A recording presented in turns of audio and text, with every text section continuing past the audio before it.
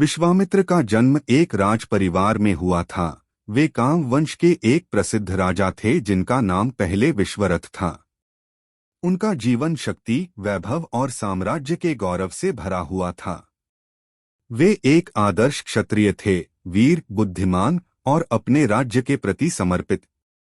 उनकी सेना विशाल थी और उनका साम्राज्य दूर दूर तक फैला था। वे केवल युद्धकला में ही नहीं बल्कि शासन और राजनीति में भी निपुण थे। किंतु उनके भीतर एक ऐसी ज्वाला जल रही थी जो केवल साम्राज्य या विजय से शांत नहीं हो सकती थी। उनके मन में यह विचार धीरे धीरे आकार लेने लगा कि मनुष्य की असली शक्ति केवल बाहरी विजय में नहीं बल्कि आत्मज्ञान और आध्यात्मिक बल में छिपी है। यह विचार उनके जीवन की दिशा बदलने वाला साबित हुआ। एक बार उन्होंने अपने राजकर्म के दौरान वशिष्ठ ऋषि के आश्रम में प्रवेश किया। वहां उन्होंने देखा कि ऋषि वशिष्ठ का आश्रम सरल, शांत और अद्भुत ऊर्जा से भरा हुआ है। वहां की गाय नंदिनी किसी भी इच्छा को पूर्ण कर सकती थी। यह देखकर विश्वामित्र चकित रह गए। उन्हें लगा कि जिस वैभव को पाने के लिए वे युद्ध करते हैं वह यहाँ सहज ही उपलब्ध है। उन्होंने वशिष्ठ से वह गाय मांगी, लेकिन वशिष्ठ ने मना कर दिया। इस अस्वीकार ने विश्वामित्र के भीतर छिपे अहंकार को जगा दिया और उन्होंने बलपूर्वक नंदिनी को ले जाने की कोशिश की। परंतु वशिष्ठ ने अपने तपोबल से अपनी गाय को सुरक्षित रखा। विश्वामित्र की सेना और शक्ति वशिष्ठ की आध्यात्मिक शक्ति के सामने टिक नहीं पाई। इस पराजय ने विश्वामित्र के जीवन में एक गहरा घाव छोड़ा। उन्होंने महसूस किया कि राजशक्ति सीमित है जबकि ब्रह्म शक्ति अनंत। यही क्षण उनके जीवन का मोड़ बना। उन्होंने सोचा कि यदि एक साधु बिना किसी हथियार या सेना के समूचे साम्राज्य को परास्त कर सकता है तो असली शक्ति कहाँ है। उन्होंने निर्णय लिया कि वे इस रहस्य को जानकर रहेंगे। उस दिन से एक राजा के भीतर एक साधक का जन्म हुआ। उन्होंने अपने राज्य, परिवार और राजवैभव को त्यागने का निश्चय किया और नंगे पांव एक तपस्वी की तरह ब्रह्म विद्या के मार्ग पर निकल पड़े। उस क्षण से विश्वरथ नाम का राजा इतिहास में विश्वामित्र कहलाने लगा, अर्थात संपूर्ण विश्व का मित्र, क्योंकि उनका उद्देश्य अब केवल शासन नहीं बल्कि समस्त मानवता को ज्ञान और शक्ति के सच्चे अर्थ से परिचित कराना था। यही उनके महान सफर की शुरुआत थी जिसने एक योद्धा को अंततः ब्रह्मर्षि बना दिया। विश्वामित्र का जीवन उस दिन बदल गया जब उनका सामना ऋषि वशिष्ठ से हुआ, क्योंकि यह मुलाकात केवल दो व्यक्तियों के बीच नहीं थी बल्कि यह राजसत्ता बनाम आध्यात्मिकता के टकराव का प्रतीक बन गई। वशिष्ठ एक ऐसे ऋषि थे जो प्रकृति और ब्रह्मांड की गहराइयों को जानते थे। उनका आश्रम साधारण होते हुए भी अपार ऊर्जा और शांति से भरा था। जब विश्वामित्र ने पहली बार उस वातावरण को देखा तो वे आश्चर्यचकित रह गए कि इतनी सादगी में इतनी शक्ति कैसे छिपी हो सकती है। वशिष्ठ के पास न तो सेना थी न सोने के महल, परंतु उनका तेज और संतुलन किसी सम्राट से कम नहीं था। विश्वामित्र का अहंकार उन्हें यह मानने नहीं दे रहा था कि एक साधु जिसके पास सांसारिक संपत्ति नहीं वह उनसे भी अधिक शक्तिशाली हो सकता है।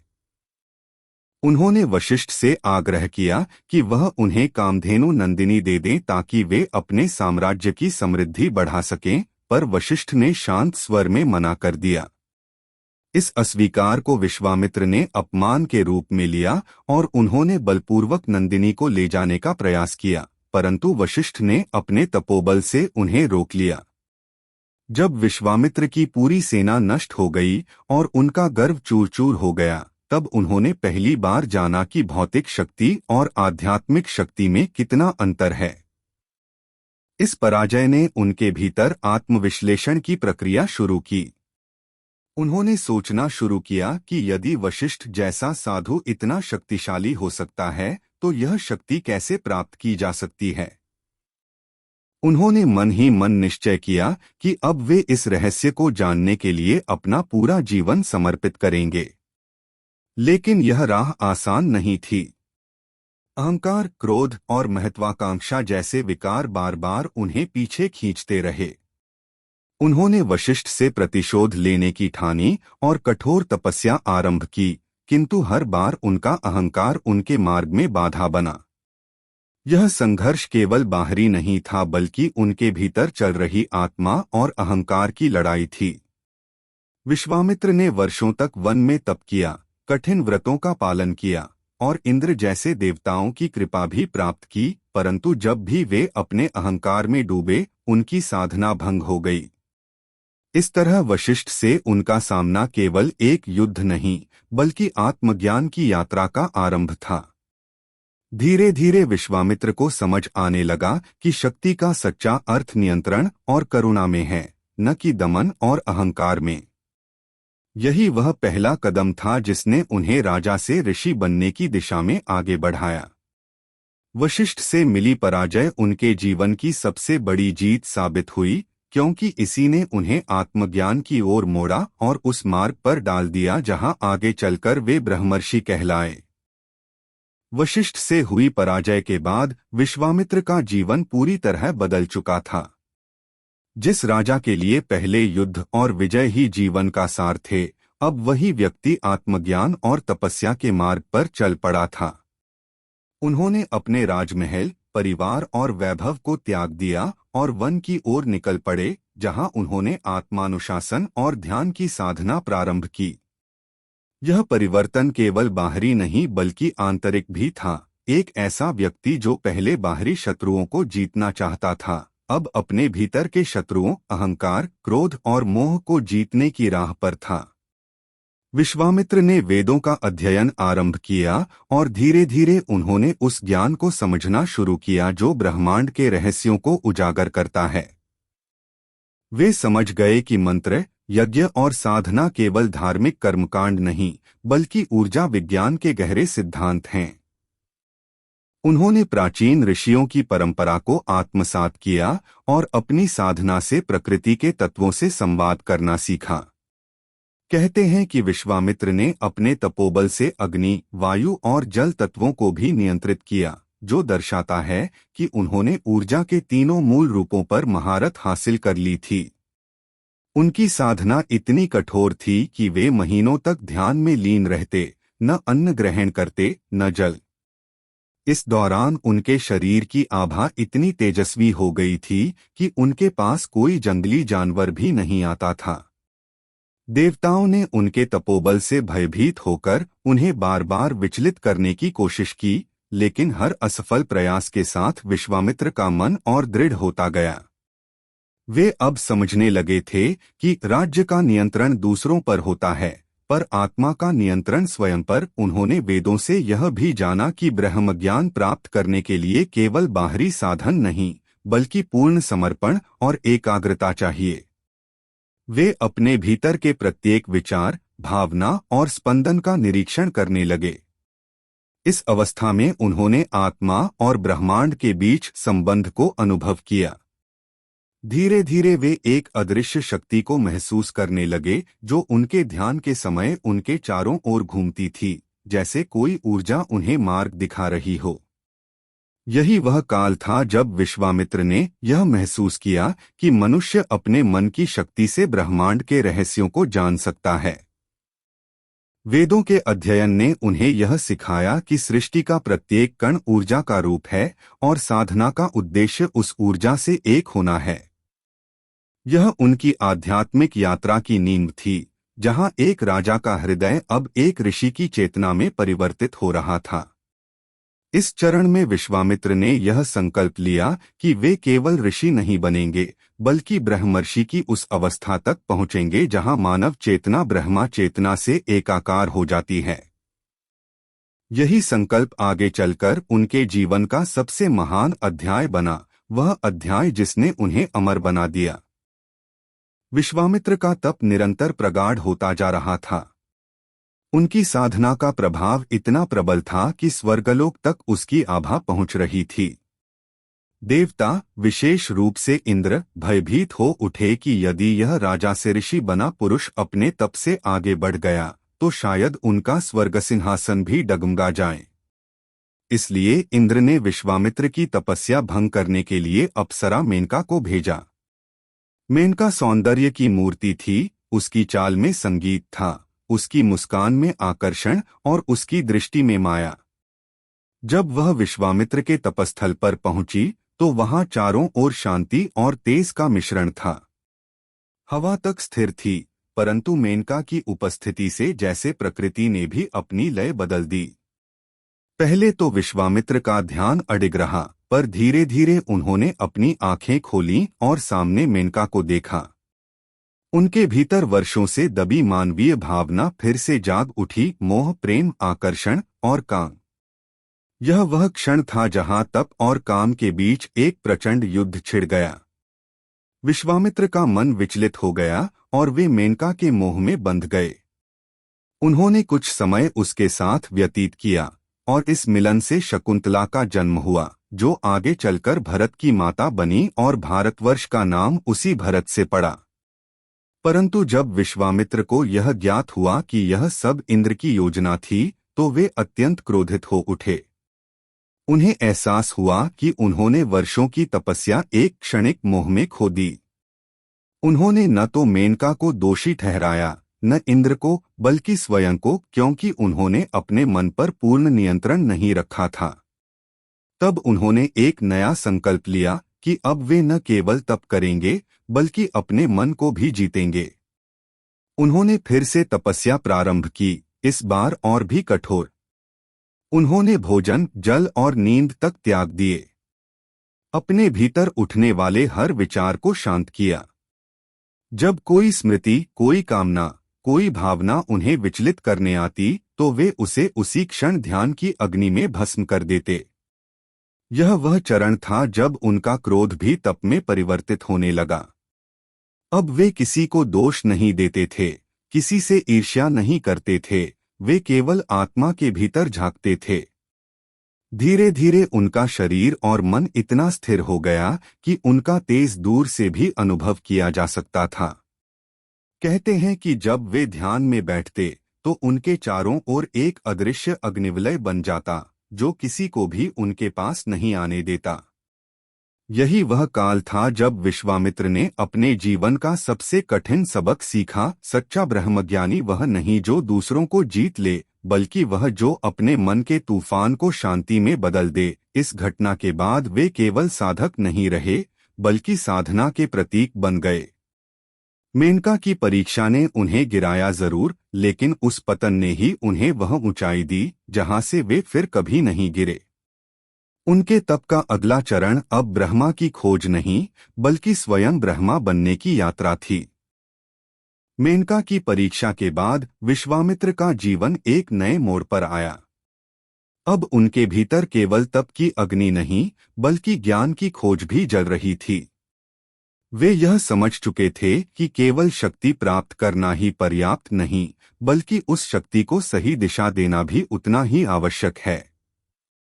इसी खोज में वे फिर से ऋषि वशिष्ठ के पास पहुंचे, वही वशिष्ठ जिनसे कभी उनका संघर्ष हुआ था और जिनके पास कामधेनु नामक दिव्य गौ थी, जो समृद्धि और ज्ञान की प्रतीक मानी जाती थी। विश्वामित्र ने एक बार फिर उस गाय को प्राप्त करने का प्रयास किया, क्योंकि वे मानते थे कि यदि उनके पास कामधेनु हो तो वे समस्त ब्रह्मांड की रक्षा और शासन करने में सक्षम हो जाएंगे। लेकिन वशिष्ठ ने स्पष्ट कहा कि यह गाय केवल तप और धर्म के पथ पर चलने वाले ऋषि की सेवा कर सकती है, किसी राजा की नहीं। यह बात विश्वामित्र के अहंकार को फिर से भड़का गई। वे सोचने लगे कि क्या उनका पराक्रम, उनकी साधना और उनका बल किसी ब्राह्मण के ज्ञान से कमतर है। यह विचार उनके भीतर संघर्ष की आग बन गया। उन्होंने अपने ब्रह्मास्त्र और तप शक्ति से वशिष्ठ के आश्रम पर आक्रमण किया, परंतु वशिष्ठ ने अपनी ब्रह्म शक्ति से हर वार को निष्फल कर दिया। विश्वामित्र ने देखा कि उनके पास जितना भी बाहरी बल था, वह वशिष्ठ की एक शांत दृष्टि और एक मंत्र से नष्ट हो जाता था। अतः उन्होंने हार मान ली, लेकिन यह हार केवल बाहरी नहीं थी, यह उनके भीतर के अहंकार की हार थी। वे वशिष्ठ के चरणों में गिर पड़े और बोले, गुरुदेव, अब मैं समझ गया हूँ कि केवल तप या बल से ब्रह्मा नहीं पाया जा सकता। सच्चा ब्राह्मण वह नहीं जो केवल यज्ञ या ज्ञान में पारंगत हो, बल्कि वह जो अपने अहंकार को समाप्त कर दे। वशिष्ठ मुस्कुराए और बोले, राजन, तुमने आज वह पाया है जो वर्षों की साधना में भी कठिन होता है, आत्मबोध। उस क्षण से विश्वामित्र का परिवर्तन आरंभ हुआ। अब वे पहले जैसे योद्धा नहीं रहे, न ही केवल साधक, वे अब सच्चे ज्ञान के मार्ग पर थे। उन्होंने अपने भीतर के राजसिक और तामसिक भावों को शांत किया और सात्विक ऊर्जा को जागृत करने लगे। उनके ध्यान का उद्देश्य अब ब्रह्मांड को जीतना नहीं, बल्कि आत्मा को जानना था। उन्होंने जाना कि वशिष्ठ से संघर्ष वास्तव में किसी बाहरी शक्ति से नहीं था, बल्कि वह उनके भीतर के अहंकार, असुरक्षा और मानवीय कमजोरी के विरुद्ध युद्ध था। यह घटना भारतीय दर्शन में एक गहरी सीख बन गई कि सच्चा ब्रह्मर्षि बनने का मार्ग अहंकार के विनाश से होकर ही गुजरता है। उसी दिन से विश्वामित्र ने प्रण किया कि वे तब तक तप करेंगे जब तक उन्हें वशिष्ठ स्वयं ब्रह्मर्षि की उपाधि न दें। यह उनका जीवन का सबसे महान संकल्प था, एक ऐसी यात्रा का आरंभ जिसमें उन्हें शक्ति नहीं, बल्कि समर्पण की सर्वोच्च अवस्था प्राप्त करनी थी। ऋषि विश्वामित्र के जीवन का यह चरण उनकी समस्त साधना का सार था, एक ऐसी यात्रा जिसमें उन्हें न केवल प्रकृति बल्कि अपने ही मन और इंद्रियों पर विजय प्राप्त करनी थी। वशिष्ठ से मिले आत्मबोध के बाद उन्होंने प्रतिज्ञा ली कि अब वे ब्रह्मर्षि बनने तक विश्राम नहीं करेंगे। वे हिमालय की गहराइयों में चले गए, जहां चारों ओर केवल बर्फ, तूफान और मौन था। वहां उन्होंने वर्षों तक कठोर तप किया, न अन्न न जल, केवल श्वास और ध्यान। उनकी साधना इतनी तीव्र थी कि देवताओं के लोकों में भी कंपन उठने लगा। इंद्र, जो हर बार किसी ऋषि की तप शक्ति से भयभीत हो जाते थे, इस बार भी चिंतित हो गए। उन्होंने फिर से अपनी माया का सहारा लिया और विश्वामित्र की परीक्षा के लिए अनेक भ्रम उत्पन्न किए। कभी उन्होंने स्वर्ग की अप्सराओं को भेजा, कभी मेघों की गड़गड़ाहट से ध्यान भंग करने का प्रयास किया, तो कभी उनके भीतर संदेह और मोह की तरंगें जगाईं। परंतु इस बार विश्वामित्र अडिग रहे। उन्होंने सीखा था कि बाहरी शत्रु को जीतना आसान है, पर भीतर के विकारों को जीतना ही सच्ची साधना है। उन्होंने इंद्र की हर चाल को पहचान लिया और अपने ध्यान को उस पर केंद्रित किया जिसे वे परम चेतना कहते थे। कहते हैं कि उस तप के दौरान उन्होंने अपने भीतर की ऊर्जा को इतना नियंत्रित कर लिया था कि वे इच्छानुसार अग्नि उत्पन्न कर सकते थे, अपने शरीर को निर्जलित अवस्था में भी जीवित रख सकते थे और ब्रह्मांड की सूक्ष्म तरंगों को अनुभव कर सकते थे। उनकी तपशक्ति से संपूर्ण त्रिलोक में तेज फैल गया। देवता, गंधर्व और ऋषि उनके तेज से चकित हो उठे। ब्रह्मा स्वयं प्रकट हुए और बोले, विश्वामित्र, तुम अब राजर्षि नहीं, महर्षि हो। तुम्हारा तप ब्रह्मा की दिशा में अग्रसर है। परंतु विश्वामित्र ने नम्रता से कहा, प्रभु, जब तक वशिष्ठ स्वयं मुझे ब्रह्मर्षि न कहें, मैं उसे स्वीकार नहीं करूंगा। यह उत्तर उनकी विनम्रता का प्रमाण था। वे जानते थे कि ब्रह्मर्षि का अर्थ केवल ज्ञान नहीं, बल्कि अहंकार का पूर्ण विलय है। इसी दौरान उन्होंने अनेक ऋचाएं, सूक्त और मंत्रों की रचना की, जो बाद में ऋग्वेद का हिस्सा बने। उनका ध्यान अब केवल व्यक्तिगत मुक्ति के लिए नहीं था, बल्कि संपूर्ण मानवता के कल्याण के लिए था। उन्होंने ब्रह्मांड को एक ऊर्जा के रूप में समझा, जहां सब कुछ एक ही चेतना से जुड़ा है। उनका यह दृष्टिकोण आधुनिक क्वांटम सिद्धांतों से भी मेल खाता है, जहां प्रत्येक कण एक अदृश्य ऊर्जा से जुड़ा होता है। कहते हैं कि उस गहन तप के दौरान उन्होंने अपनी इंद्रियों, इच्छाओं और माया पर पूर्ण नियंत्रण पा लिया था। यह वही अवस्था थी जिसे भारतीय योग परंपरा में निर्विकल्प समाधि कहा जाता है, जहां साधक स्वयं ब्रह्मा बन जाता है। विश्वामित्र अब केवल एक मनुष्य नहीं रहे, वे चेतना के उस स्तर पर पहुंच चुके थे जहां विचार और वास्तविकता के बीच कोई अंतर नहीं रहता। उनके तप से यह सिद्ध हुआ कि मनुष्य चाहे किसी भी कुल या परिस्थिति में जन्म ले, यदि दृढ़ संकल्प, संयम और समर्पण रखे तो वह भी देवत्व को प्राप्त कर सकता है।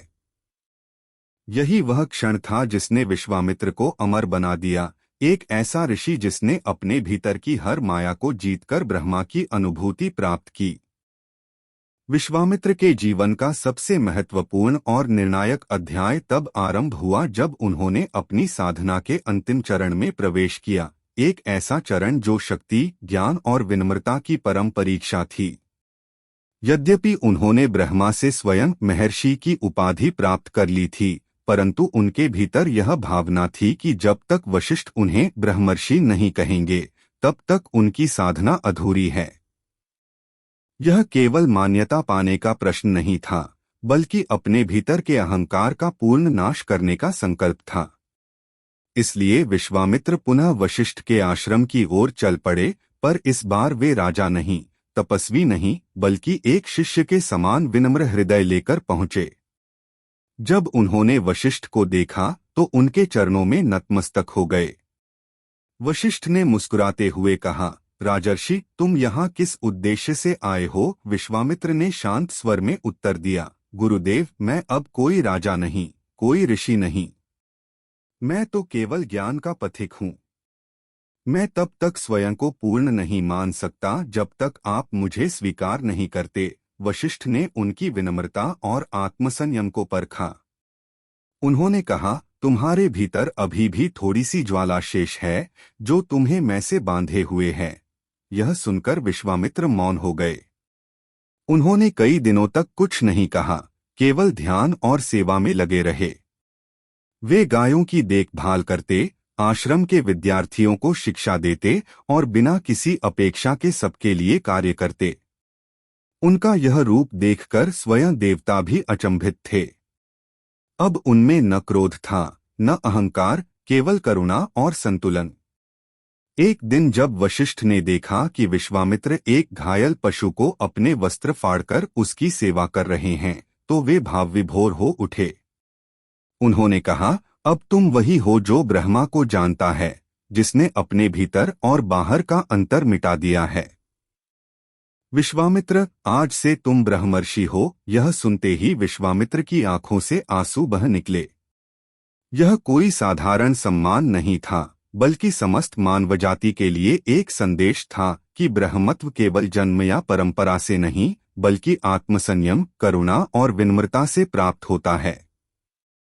वशिष्ठ ने आगे कहा, तुम्हारा तप केवल तुम्हारी मुक्ति के लिए नहीं था, बल्कि यह आने वाले युगों के लिए प्रेरणा बनेगा कि मनुष्य अपने कर्मों और विचारों से ब्रह्मा के स्तर तक पहुंच सकता है। विश्वामित्र ने अपने हाथ जोड़कर कहा, गुरुदेव, आज मैं जान गया कि ब्रह्मज्ञान का अर्थ केवल जानना नहीं, बल्कि स्वयं को मिटा देना है। वशिष्ठ ने उन्हें आशीर्वाद दिया और कहा कि अब वे अपनी शक्ति का उपयोग लोक कल्याण के लिए करें। कहते हैं कि इसी काल में विश्वामित्र ने अनेक मंत्रों की रचना की, जिनमें गायत्री मंत्र भी सम्मिलित है, जो आज भी संसार के सबसे शक्तिशाली वैदिक मंत्रों में से एक माना जाता है। यह मंत्र केवल देवता की स्तुति नहीं, बल्कि चेतना के उच्चतम स्तर की प्रार्थना है। धियो यो नः प्रचोदयात्, अर्थात हमारे बुद्धि और मन को प्रकाश की दिशा में प्रेरित करे। इस प्रकार विश्वामित्र न केवल ब्रह्मर्षि बने, बल्कि उन्होंने यह सिद्ध किया कि सच्चा ऋषि वह है जो अपनी शक्ति को स्वयं में नहीं, बल्कि संपूर्ण सृष्टि के कल्याण में लगाता है। उनका जीवन यह दर्शाता है कि ब्रह्मर्षित्व की प्राप्ति किसी अलौकिक चमत्कार का परिणाम नहीं, बल्कि आत्मविजय, करुणा और विनम्रता की चरम अवस्था है। ब्रह्मर्षि विश्वामित्र के जीवन का सबसे दिव्य और गूढ़ अध्याय गायत्री मंत्र की उत्पत्ति से जुड़ा हुआ है। यह वह क्षण था जब उनके अंदर संचित समस्त तप, ऊर्जा और ब्रह्म ज्ञान एक श्लोक में साकार हुआ। ऐसा श्लोक जो केवल मंत्र नहीं, बल्कि चेतना के उत्कर्ष की पुकार है। कहा जाता है कि वर्षों की साधना के पश्चात जब विश्वामित्र हिमालय की गुफाओं में ध्यानमग्न थे, तब उन्होंने अनुभव किया कि संपूर्ण ब्रह्मांड एक ही ऊर्जा से स्पंदित है, वह ऊर्जा जो सूर्य के प्रकाश में, हवा के कंपन में और मनुष्य की आत्मा के गूढ़ कोनों में प्रवाहित होती है। इसी अनुभूति से उनके हृदय से सहज रूप से मंत्र प्रकट हुआ, भूर्भुवः स्वः तत्सवितुर्वरेण्यं भर्गो देवस्य धीमहि धियो यो नः प्रचोदयात्। यह मंत्र न केवल सूर्य देवता का आवाहन करता है, बल्कि उस परम चेतना की साधना है जो बुद्धि, विवेक और सत्य की ओर प्रेरित करती है। विश्वामित्र ने इसे किसी जाति या वर्ण विशेष के लिए नहीं, बल्कि संपूर्ण मानवता के लिए बनाया था।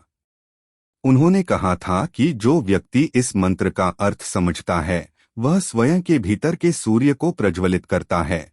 यह विचार उस समय अत्यंत क्रांतिकारी था, क्योंकि इससे पहले ज्ञान और वेदों का अधिकार केवल ब्राह्मणों तक सीमित था। परंतु विश्वामित्र ने कहा कि ब्रह्म ज्ञान हर आत्मा का अधिकार है, चाहे वह किसी भी वर्ग, लिंग या धर्म से संबंधित क्यों न हो।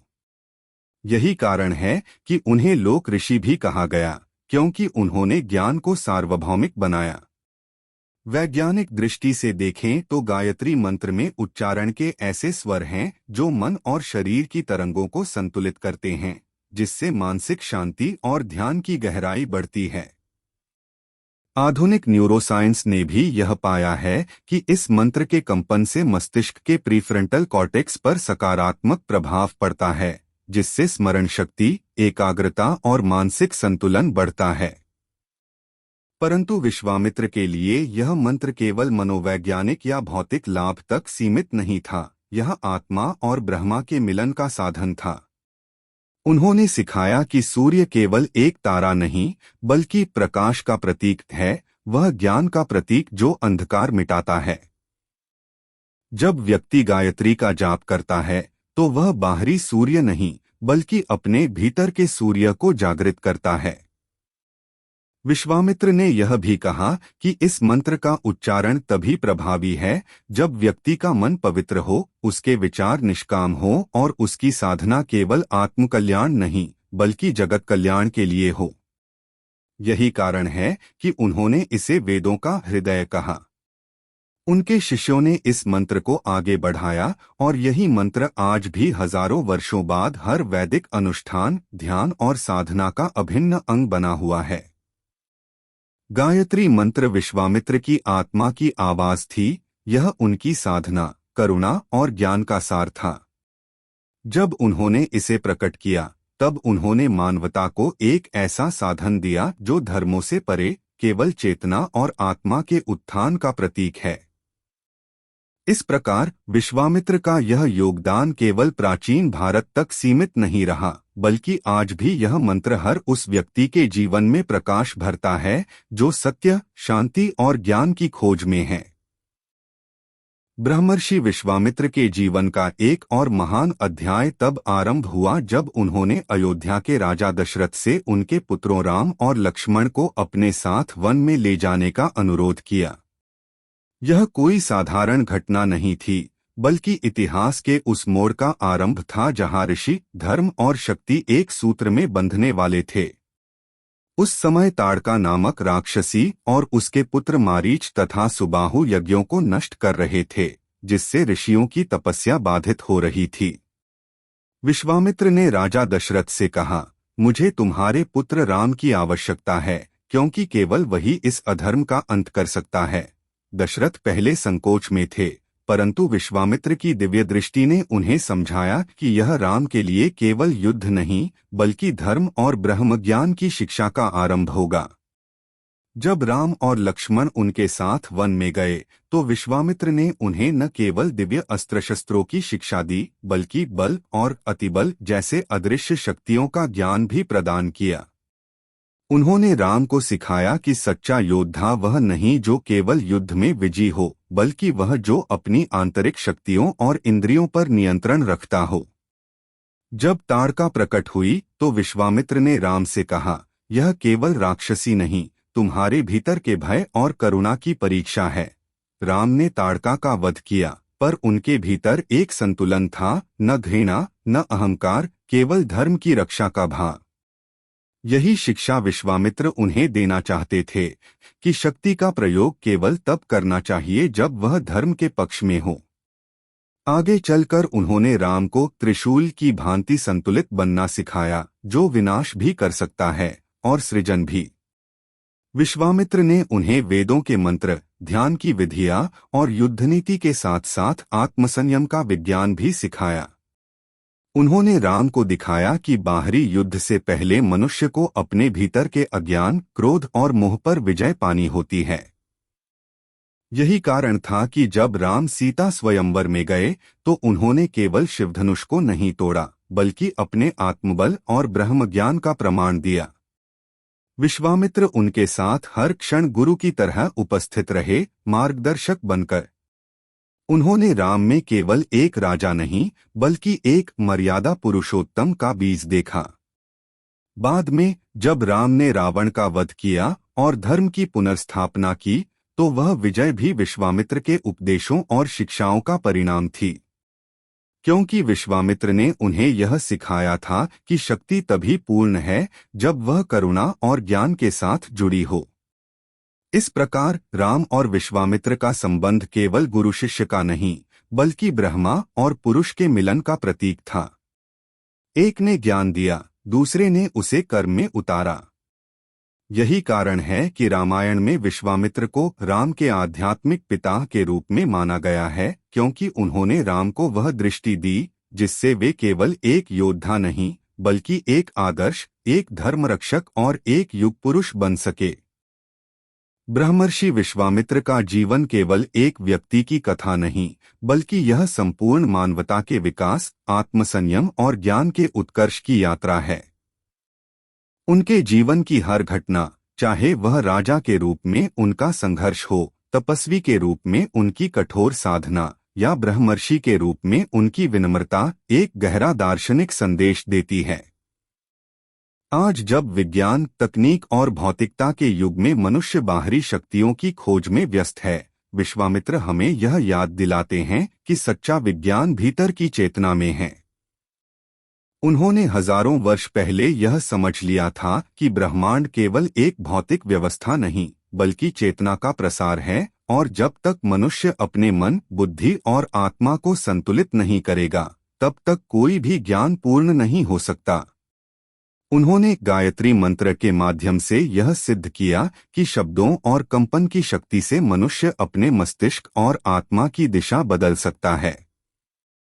आधुनिक न्यूरोसाइंस और क्वांटम फिजिक्स आज जिस कॉन्शियस एनर्जी फील्ड की बात करती है, उसका संकेत विश्वामित्र ने अपने वेदांत ज्ञान में बहुत पहले दे दिया था। उनका जीवन इस बात का प्रमाण है कि ज्ञान किसी जन्म या जाति से सीमित नहीं होता। उन्होंने स्वयं यह सिद्ध किया कि एक क्षत्रिय भी अपनी साधना और आत्मबल से ब्रह्मर्षि बन सकता है। यह उनके समय के सामाजिक ढांचे के लिए एक क्रांतिकारी विचार था, क्योंकि उन्होंने यह मिथक तोड़ा कि केवल ब्राह्मण ही ब्रह्म ज्ञान प्राप्त कर सकता है। उन्होंने बताया कि ज्ञान का द्वार हर उस व्यक्ति के लिए खुला है जो सत्य, अनुशासन और आत्मनियंत्रण के मार्ग पर चलता है। विश्वामित्र का यह दृष्टिकोण मानव समानता का सबसे प्राचीन और गहरा उदाहरण है। आधुनिक युग में जब जाति, धर्म और शक्ति के आधार पर समाज विभाजित है, तब उनका संदेश और भी प्रासंगिक हो जाता है। वे सिखाते हैं कि शक्ति का उपयोग तब तक अधूरा है जब तक उसमें करुणा न हो, और करुणा अधूरी है जब तक उसमें ज्ञान न हो। उन्होंने अपने जीवन से यह दिखाया कि असली साधना का अर्थ संसार से भागना नहीं, बल्कि संसार में रहते हुए संतुलन बनाना है। यही कारण है कि वे न तो केवल ऋषि हैं, न केवल राजा, बल्कि दोनों के संगम हैं, एक ऐसा व्यक्तित्व जो योग और कर्म, शक्ति और शांति, बुद्धि और भक्ति का आदर्श बन गया। आधुनिक मनोविज्ञान में जिस सेल्फ एक्चुअलाइजेशन की बात होती है, यानी अपनी सर्वोच्च क्षमता तक पहुंचना, विश्वामित्र उसका जीवंत उदाहरण हैं। उन्होंने अपने भीतर के राजा को मारा, अपने अह को भस्म किया और अंततः अपने भीतर के ब्रह्मा को पाया। उनका जीवन यह सिखाता है कि मनुष्य का सबसे बड़ा शत्रु कोई बाहरी शक्ति नहीं, बल्कि उसका अपना अहंकार और असंतुलित मन है। जब वह इन्हें जीत लेता है, तब वह भी ब्रह्मर्षि बन सकता है। विश्वामित्र की यह विरासत आज भी जीवित है उनके द्वारा रचा गया गायत्री मंत्र आज भी लाखों लोगों के जीवन में प्रकाश फैला रहा है और उनकी साधना मानवता को यह याद दिलाती है कि जब तक भीतर का संतुलन नहीं होगा, बाहर की दुनिया में शांति संभव नहीं। उनका जीवन हमें प्रेरित करता है कि हर व्यक्ति अपने कर्म, साधना और विनम्रता से अपने भीतर के ब्रह्मा को पहचान सकता है। यही विश्वामित्र की अंतिम शिक्षा थी। मनुष्य सीमित नहीं, वह ब्रह्मा का ही अंश है और जब वह स्वयं को जान लेता है तब वही सृष्टि का सृजनकर्ता बन जाता है।